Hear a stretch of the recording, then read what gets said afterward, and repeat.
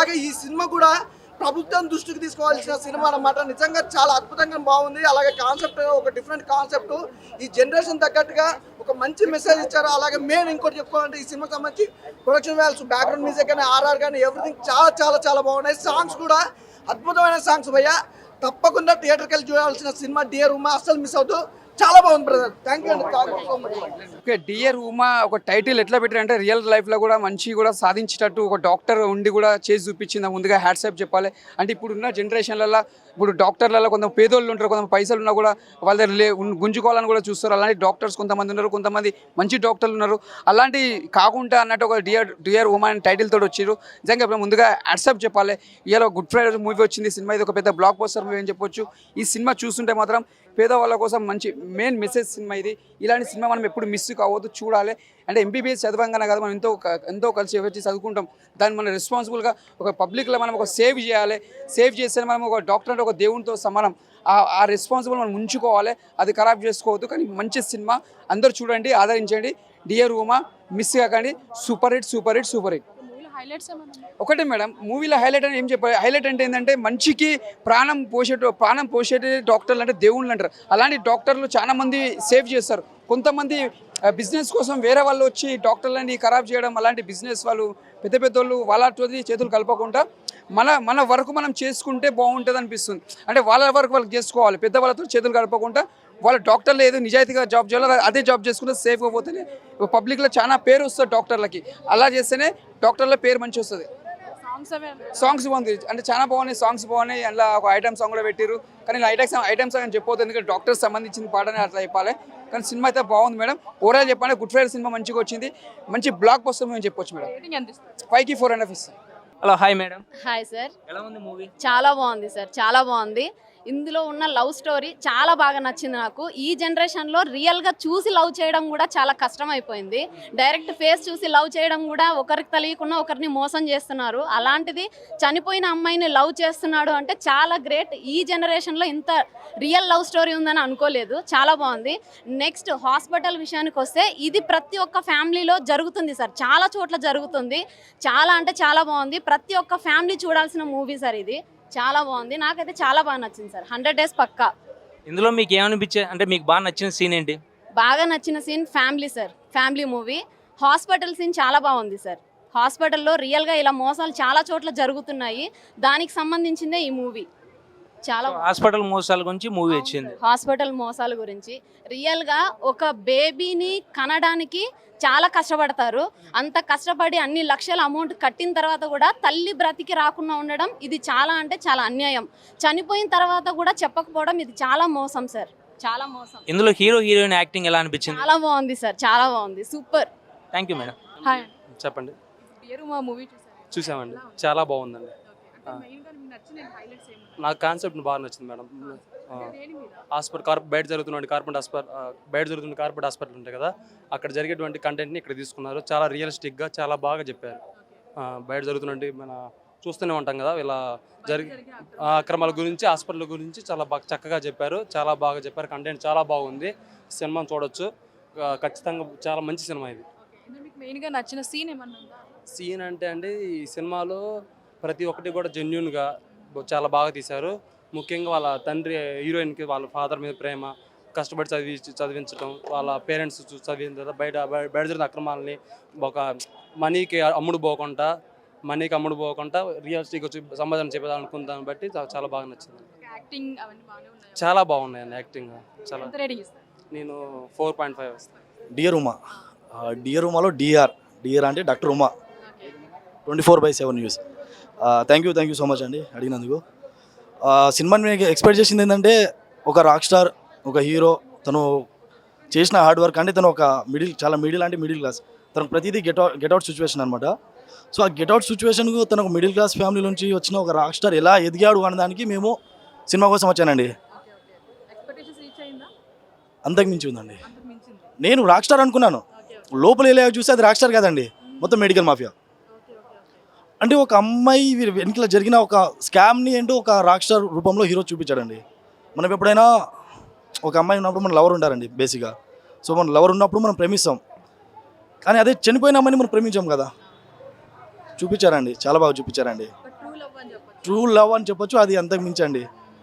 అంటే లోపల వెళ్ళాక తను డైలాగ్స్, తన పేరు సాయి రాజేష్ మాదేవ్ డైరెక్టర్ గారు, డైలాగ్స్ కూడా చాలా చాలా బాగా రాశారు. తను ఇంతకుముందు ఏదో సినిమాలు చేశారంట, అమ్మమ్మ గారి ఇంట్లో బుర్రకథ, ఐడో రకం, ఆడో రకం. సో చాలా చాలా బాగుంది. సో ఇందులో హీరోయిన్ గురించి చెప్పాలండి. ఒక అమ్మాయి సినిమా చేసి ఇలా థియేటర్ దాకా తీసుకొచ్చిందంటే అది మామూలు విషయం కాదు. సో సినిమా చాలా చాలా బాగుంది. అమ్మాయి చేసిన యాక్టింగ్ కూడా చాలా చాలా బాగుంది. నచ్చిన సీను హాస్పిటల్ ఎపిసోడ్ అండి. హాస్పిటల్ ఎపిసోడ్ చాలా చాలా బాగుంది. నేను రాక్ స్టార్ అనుకున్నాను, కానీ రాక్ స్టార్ ఇలాగ లోపల వెళ్తే నేను మొత్తం మాఫియా బయోగ్రఫీ ఉంది. సో ఆ సినిమా చూసి వచ్చాక హాస్పిటల్కి వెళ్ళాలంటేనే చాలా భయం వేస్తుంది. సో రియల్గా జరిగిందండి ఇది. నేను అంత ఎమోషనల్గా చెప్తున్నానండి, ఇది మా ఇంట్లో యాక్చువల్గా జరిగింది. మా పిన్ని వాళ్ళ బాబుకి జరిగింది. సో తను పుట్టినప్పుడే చనిపోయాడు తను, కానీ హాస్పిటల్లో పెట్టేసుకొని ఐసీయూలో ఉన్నాడు, సంథింగ్ చాలా ఎమర్జెన్సీలో ఉన్నాడు అని చెప్పేసి మా ఇంట్లో దాదాపుగా 15 to 16 lakhs తీసుకున్నారు. అది మా కళ్ళ ముందే జరిగింది అది. సో ఇలాంటి ఇన్సిడెంట్స్ని థియేటర్లో వచ్చి నేను నా కళ్ళారా చూసానని అసలు ఎప్పుడు ఎక్స్పెక్ట్ చేయలేదండి. 5.5. యా ఇప్పుడే చూసేసి వచ్చాను. అసలు అనుకున్నది ఒకటి, జరిగేది ఒకటి మూవీ. అంటే అసలు ట్రైలర్ ఇలా చూసినా కానీ, పోస్టర్స్ చూసినా కానీ, ఎక్కడైనా ఒక రాక్ స్టార్కి ఒక డాక్టర్కి మధ్యలో జరిగిన లవ్ స్టోరీ అలా అనుకుంటాం. కానీ మూవీ మొత్తం అసలు మెడికల్ బేస్డ్, కార్పొరేట్ ఏదైతే ఉంటుందో అసలు అందరని కాదు, బట్ చాలా వరకు చాలామంది రిలేట్ చేసుకుంటారు. యాజ్ హీరోయిన్ గారు కూడా చెప్పారు, ఇవన్నీ ప్రెస్ మీట్స్లో చెప్పారు. బట్ అనుకున్నది ఒకటి, జరిగేది ఒకటి ఇక్కడ. సో మొత్తం జరిగే స్కామ్స్ కానీ ఏవైతే ఉంటాయో అవన్నీ బాగా చూపించారు దీంట్లో. ఎగ్జాంపుల్ చెప్పాలన్నా, ఇప్పుడు ఫారిన్ కంట్రీస్లో అలా మనకు ఒక డెలివరీ టైంలో కానీ హస్బెండ్స్ కానీ రిలేటివ్స్ కానీ దగ్గరలో ఉంటారు, బట్ ఇక్కడ లేదు అలా. సో వై నాట్ ఇక్కడ కూడా? అంటే ఇప్పుడు ఎలా అంటే, ఇప్పుడు అది నాట్ ఓన్లీ సేఫ్టీ కేస్ కూడా రావచ్చు. వాళ్ళకు భయం ఉండదు, ఓకే అన్నీ బాగా జరుగుతున్నాయి అని చెప్పి వాళ్ళకు ఒక హ్యాపీనెస్, వాళ్ళకు తెలుస్తుంది, ఆ పెయిన్స్ అవన్నీ తెలుస్తుంది. సో ఆ టైప్లో ఎందుకు లేదు అన్నట్టు మంచి మంచి డైలాగ్స్ రాశారు. బాగా ఇన్స్పైర్ అవుతారు మూవీ. చాలా మంచి కాన్సెప్ట్, చాలా బాగా చేశారు.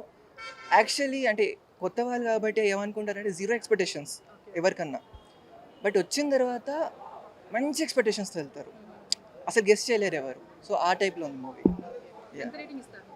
ఈజీగా 4.5 ఇవ్వచ్చు. ఆ కాన్సెప్ట్ డిఫరెంట్, అంటే చాలా రోజులు అయిపోయింది ఇలాంటి కాన్సెప్ట్ చూసి. ఇప్పుడు అన్ని కాన్సెప్ట్స్ నార్మల్ బేసిక్గా ఉన్నాయి, టైప్ ఆఫ్ జానర్స్ మీకు అర్థమై ఉంటుంది. బట్ ఇది అలా కాదు, ఇది ఒక మంచి మెసేజ్ ఓరియంటెడ్ మూవీ. పక్కా చూడాలి, బికాస్ చాలా మంది రిలేట్ చేసుకుంటారు, మా ఫ్యామిలీ కూడా ఇది జరిగింది, అది జరిగింది అని చెప్పి.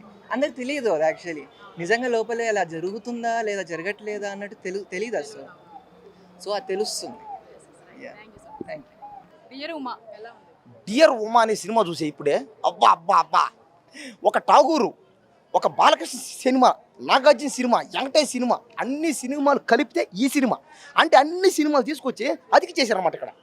అంటే ఏమని అర్థం? అన్ని సినిమాల్లో ఉన్న మంచితనాన్ని తీసుకొచ్చి ఇక్కడ అతికిచ్చారు.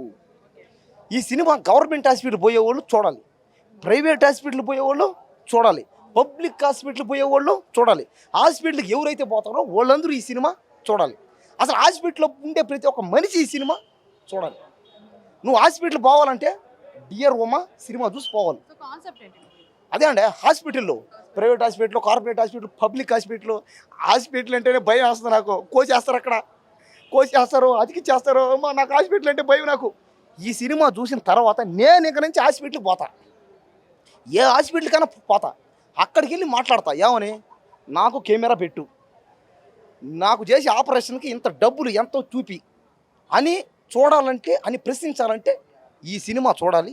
ఈ సినిమాలో హీరో కానీ, హీరోయిన్ కానీ, సైడ్ యాక్టర్ కానీ, కమెడీలు కానీ, డైరెక్టర్ కానీ, ఫైటర్లు కానీ, డాన్సర్లు కానీ, రొమాంటిక్ స్టార్లు కానీ అందరూ యాక్టింగ్ ఎరగదీశారు. అంత బాగానే ఉంది, కానీ రొమాన్స్ అంటే కొద్దిగా తగ్గింది, నాకు కొద్దిగా బాధగా ఉంది.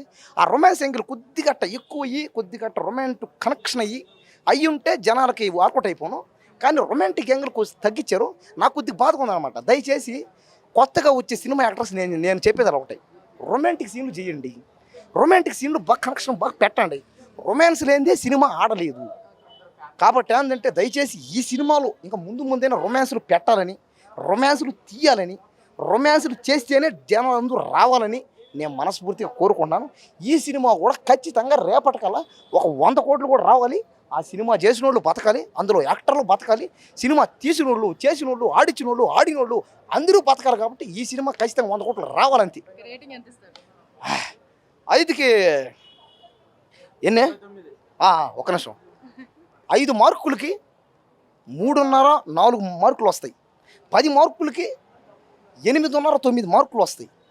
50 మార్కులకైతే 50 వస్తాయి. 100 మార్కులు అయితే 100 వస్తాయి.